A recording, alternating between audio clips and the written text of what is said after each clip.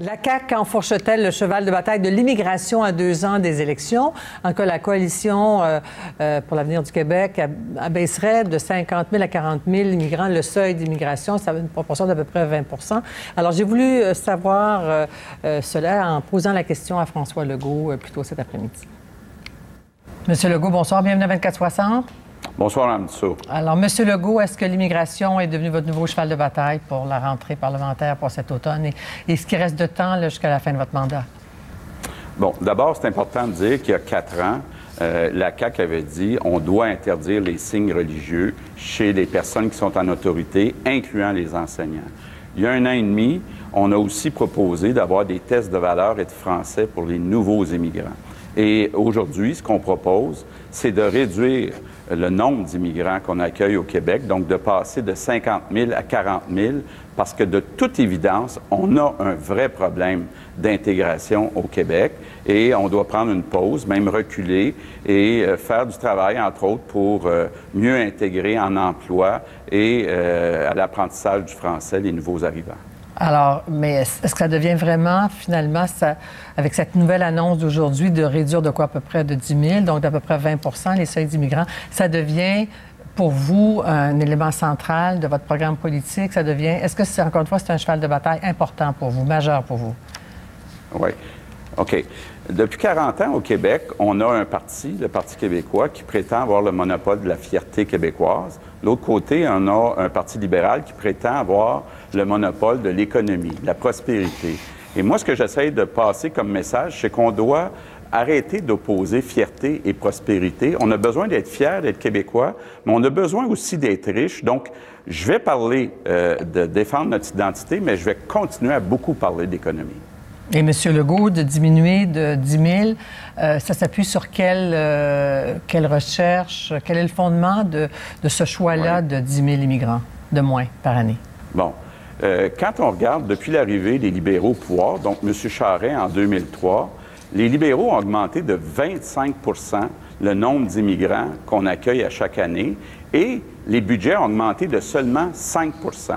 Résultat des courses, quand on regarde l'intégration, on voit que chez les immigrants qui sont chez nous depuis 5 ans, le taux de chômage est de 18 %. Donc, on doit comparer ça avec la moyenne qui est à 7 % au Québec. Quand on regarde ceux qui parlent français, il y a 41 % des 50 000 immigrants qui arrivent à chaque année qui ne parlent pas français.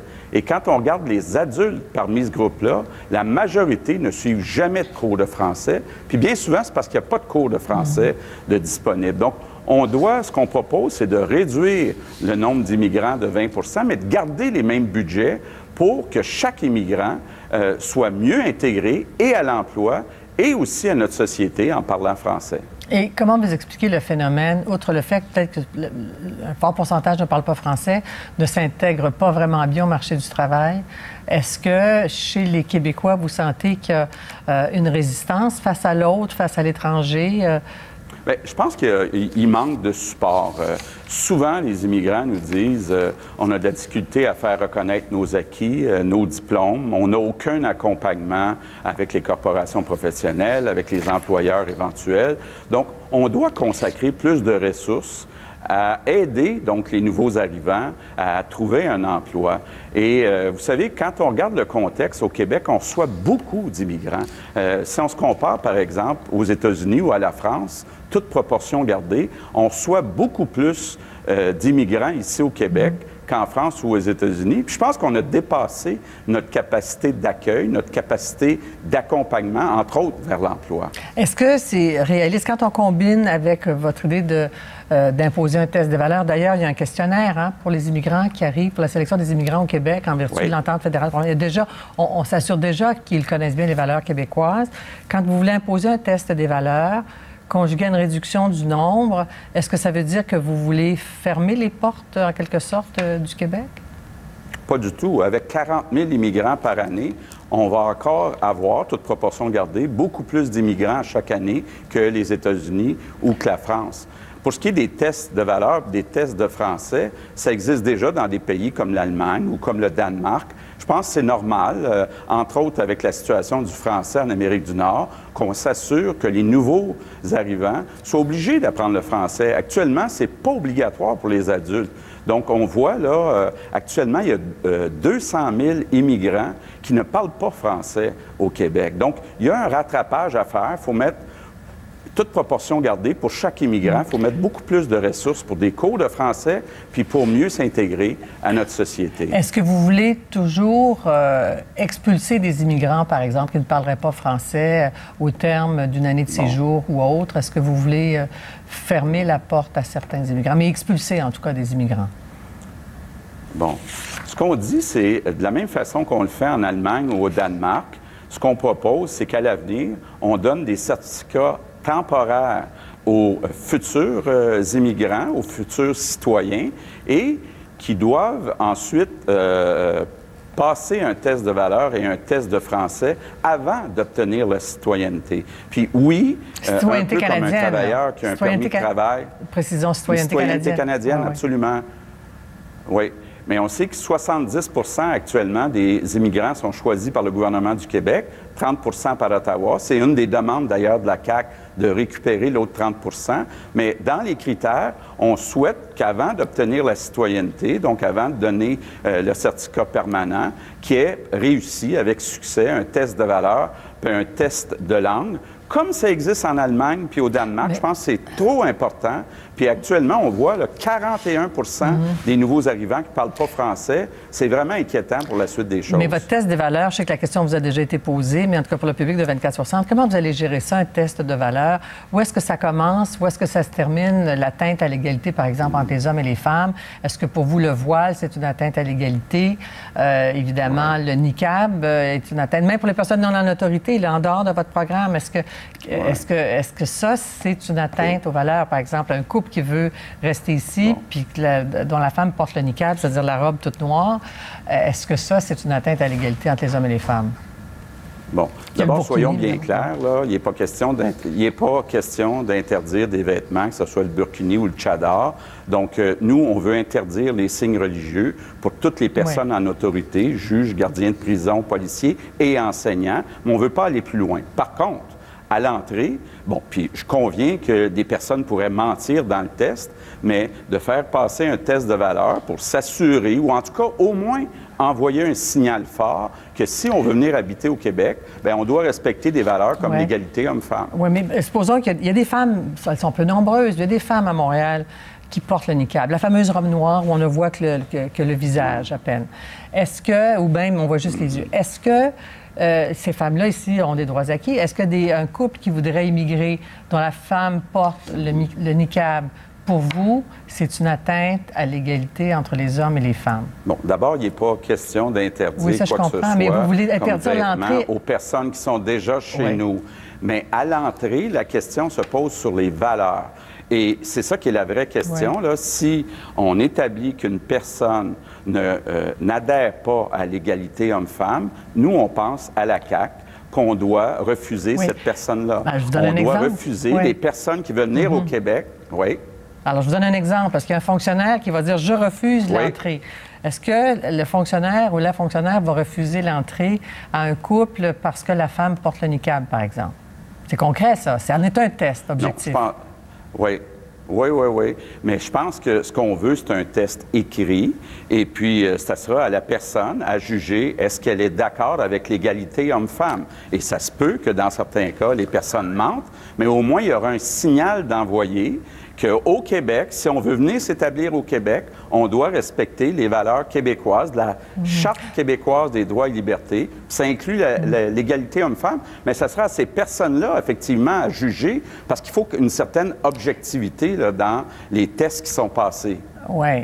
Puis comme je vous dis, on n'invente rien. Ça existe déjà en Allemagne, ça existe déjà au Danemark. Donc, on n'est pas en train d'inventer rien de nouveau. Là. Bien là, vous allez me permettre d'insister, M. Legault, vous me connaissez, je ne lâche pas le morceau facilement. Une femme en niqab, dans votre esprit, est-ce que c'est une atteinte... puis je parle même pas du burkini à la plage, je parle juste du niqab, parce qu'il y en a au Québec. Il n'y en a pas beaucoup, mais il y en a. Est-ce que c'est un symbole d'asservissement des femmes? Est-ce que c'est une atteinte à l'égalité entre les hommes et les femmes? Et donc, quelqu'un qui remplit le test... Je pense que la question se pose. Je pense que la question se pose, mais c'est à la personne à nous dire est-ce qu'elle croit, oui ou non, à l'égalité entre les hommes et les femmes. Puis je pense que dépendamment des personnes, certaines pourraient répondre oui, puis certaines pourraient répondre non. Mais on veut envoyer un signal clair. Au Québec, on ne veut pas avoir de nouveaux arrivants qui ne croient pas à l'égalité entre les hommes et les femmes. Monsieur Legault, évidemment, l'opposition a réagi. On vous a comparé à Trump. Monsieur Couillard qui dit que vous allez créer deux sortes de Québécois, le bon et le mauvais, que vous cherchez à opposer les gens avec vos propositions. Bon. Monsieur Couillard, à chaque fois, puis c'est arrivé à plusieurs reprises, où on parle du français, des valeurs québécoises ou d'immigration, on dirait qu'il saute les plombs, puis il devient insultant, parce que on va convenir que c'est insultant de se faire comparer à Donald Trump. Moi, ce que je voudrais, c'est qu'on parle calmement de ce dossier important et des problèmes qu'on a en intégration des immigrants. C'est pas vrai que 18 de chômage chez les nouveaux arrivants des 5 dernières années, puis 41 qui parlent pas français, c'est pas vrai qu'il n'y a pas de problème. Il y a des problèmes, on doit faire une pause pour mieux intégrer, pour le mieux-être des nouvelles personnes qui arrivent, puis pour le mieux-être de la société québécoise. Merci, M. Legault. Merci, Mme Dussault. Merci, au revoir. Merci. François Legault a-t-il raison de vouloir abaisser le seuil de l'immigration au Québec? Bien, j'en ai parlé avec la ministre de l'Immigration, Mme Kathleen Veil, qui, évidemment, conteste la position de la CAQ. On écoute. Madame Veil, bonsoir, bienvenue à 24/60. On vient d'entendre M. Legault, qui aussi répondait aux critiques du premier ministre formulées suite à l'annonce par M. Legault de sa politique d'immigration, de réduire le nombre d'immigrants. Lorsque M. Couillard dit que M. Legault veut diviser les Québécois, il y a les bons, il y a les méchants et tout ça, M. Legault estime au contraire que c'est de bien accueillir les immigrants que de prendre le temps d'acquérir le juste nombre, de prendre le temps de bien les intégrer. Est-ce que M. Legault fait preuve d'intolérance ou de prudence? Bien, c'est qu'il mêle toutes sortes de choses à tout ça. Et si c'était un exercice sérieux de sa part, il consulterait les acteurs en immigration, notamment le milieu économique, comme nous, on vient de faire. Moi, j'ai fait 3 étapes de consultation. Un dialogue social profond depuis 18 mois. Et quand on consulte le milieu, puis on regarde les données, de façon très transparente, ce que les chiffres nous disent, c'est oui, l'intégration se fait bien au Québec, comme toujours, mais il y a des défis. Au niveau de la reconnaissance des acquis, vous le savez bien, c'est un problème auquel on s'attarde. Donc, les fameuses compétences professionnelles. Les compétences professionnelles. Donc, on a adopté une politique pour changer les façons de faire en amont, parce que la bonne intégration, ça passe en amont, par une bonne sélection. Alors, on a fait une consultation publique. Tout le monde était d'accord avec nos orientations. Donc, je l'ai fini la semaine dernière. Donc, ces chiffres couplés avec un discours sur des tests, sur les valeurs, où on mêle toutes sortes de choses, on se demande vraiment c'est quoi l'objectif. Et c'est certainement pas un plan et c'est certainement pas économique, ce que M. Legault propose. Cela dit, il donne des chiffres lui-même, que les seuils d'immigration ont augmenté de 25 depuis 2003, mais que les dépenses de votre ministère n'ont augmenté que de 5 Donc, il souligne au passage, bien sûr, le taux de chômage très élevé de 18 chez... Donc, premièrement, pour les chiffres, ces chiffres ne sont pas bonnes, hein, premièrement, alors c'est faux. C'est une augmentation constante en matière d'accueil, intégration et francisation. C'est une enveloppe qui est transférée par le gouvernement fédéral, toujours en augmentation. Et ensuite, l'argent est partagé entre 4 ministères. Donc, le ministère de l'Emploi joue un rôle très important pour accompagner les personnes en emploi. Le ministère de l'Éducation aussi, évidemment, en francisation et les classes d'accueil, mais aussi le ministère de la Santé et des Services sociaux. Donc, plus que doublé les investissements en accueil et intégration. Et nous, on travaille avec un réseau d'organismes communautaires. Et d'ailleurs, on vient d'augmenter leur budget. Alors ça ne résonne pas. Et son chiffre selon lequel 200 000 immigrants ne parlent toujours pas français au Québec? Bien, la réalité, c'est que en 20 ans, on a doublé le nombre de personnes qui parlent français. C'est un enjeu, la francisation. Et il y a eu consensus exprimé lors des consultations que j'ai terminées la semaine dernière que le fait français demeure très important. Maintenant, c'est rendu 94 des gens qui sont sélectionnés, donc les travailleurs qualifiés, qui parlent français à l'admission. Il y a les autres. On a augmenté le niveau. Oui, il y a les autres. Alors, globalement, 86 de notre immigration actuellement, c'est soit des enfants en francisation, soit des personnes qui parlent français, soit des personnes en processus de francisation. Mais on a quand même lancé une campagne, parce que c'est important, de rejoindre des clientèles qu'on ne rejoint pas, et c'est peut-être plus le regroupement familial. Donc, c'est des gens qui ne sont pas sélectionnés, mais en vertu d'accords internationaux, sont ici, et on veut qu'ils puissent participer à la société en français. Est-ce que ça ne pose pas le problème des juridictions de ce qu'Ottawa fait? M. Legault veut revendiquer tout l'espace, toute la juridiction en matière d'immigration, parce que justement, il y a peut-être des laissés pour compte à cause du taux de chômage, à cause de la non-connaissance de la langue, la non-obligation d'apprendre le français et peut-être l'absence de budget nécessaire pour s'assurer que tous apprennent le français. On a augmenté le budget cette année de 4 millions. Je suis très fière en francisation. Est-ce que c'est assez? Non, mais c'est un record. Hein? C'est historique. C'est un sommet historique. C'est peut-être triste de penser que c'est juste ça, non? Non, de 4 millions. Augmentation. Oui, je comprends. Mais c'est peut-être pas assez. Non, bien, écoutez, de toute façon, on répond toujours à la demande. C'est pour ça qu'on fait une campagne, susciter plus de demandes. Comme je vous le dis, la sélection, elle est francophone actuellement. Et on a élevé le test, le niveau de français qui est obligé à un niveau 7, là, c'est technique. Donc, c'est des gens qui ont des compétences linguistiques, c'est des travailleurs qualifiés qui seraient prêts à intégrer le marché du travail en français. Mais il faut savoir qu'un quart, c'est des enfants. Hein? On parle de 50 000, mais il faut décortiquer ce 50 000. Mais pour revenir sur votre question de compétences, c'est des accords internationaux. C'est la Convention de Genève. Il n'y a rien qui changerait dans un Québec qui aurait tous les pouvoirs en immigration. Il serait quand même lié à ces ententes, ces accords. Le regroupement familial, c'est considéré comme un droit fondamental pour les familles de se réunir. Est-ce que ça ne devient pas de notre pleine responsabilité, néanmoins, de s'assurer que tous parlent français et s'intègrent bien en français? Parce que le chiffre de 200 000 est quand même effarant de penser. Non, c'est-à-dire tout à fait. Alors donc, c'est pour ça que j'amène une grande réforme. Et je pense que c'est important que je dise quelques mots sur la grande réforme. Donc, on a consulté, on a fait des recherches, on a regardé les meilleures pratiques dans les autres systèmes. La bonne intégration passe par une bonne sélection. Actuellement, les gens ça peut prendre entre 3-4 ans avant que la personne arrive. Le marché du travail a 8 ans de changer. Maintenant, la sélection est faite pour un arrimage direct avec les besoins du marché du travail, pas juste dans une région ou globalement, mais sur une base régionalisée. Donc, c'est des gens, selon le système Entrée Express du Canada, le système australien fonctionne très bien. Et on met les entreprises et les employeurs en amont dans la sélection.